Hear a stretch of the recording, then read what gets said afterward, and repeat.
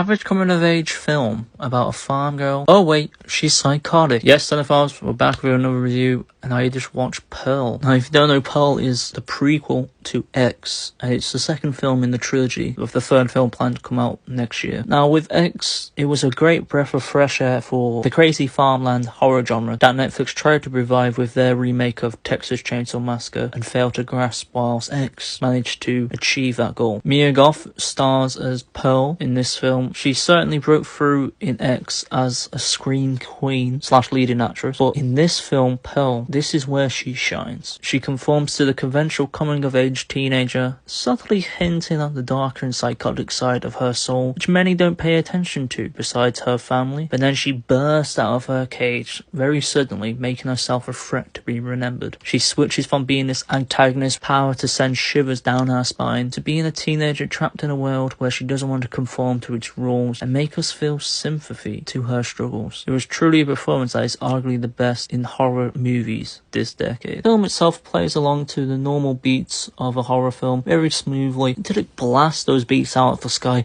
It dials its intensity up to 11 with the family dinner scene. It has a great monologue with Pearl's mother revealing to us more of the family's upbringing, her knowledge of the psychotic side of Pearl that wasn't really commented on such vocally until this moment. And Pearl's mother also comments on how the American dream is an arrogant and ignorant belief American teenagers fall victim to, just like her daughter has. Even with Pearl becoming the murderous woman we know her to be in X, the talk between her and her sister-in-law outside the church is one of the most tense scenes in the film, and it shows no violence. Pearl's devoid of all emotion, full of confidence of getting a one-way ticket to her American dream by becoming part of a dance troupe. But as the scene carried on, tension kept building. The audience already knew before she even graces the stage she was never leaving her farm. I don't think I'll come back to watch this film again, but it has solidified its place in one of the best horror movies our current generation of film has to offer.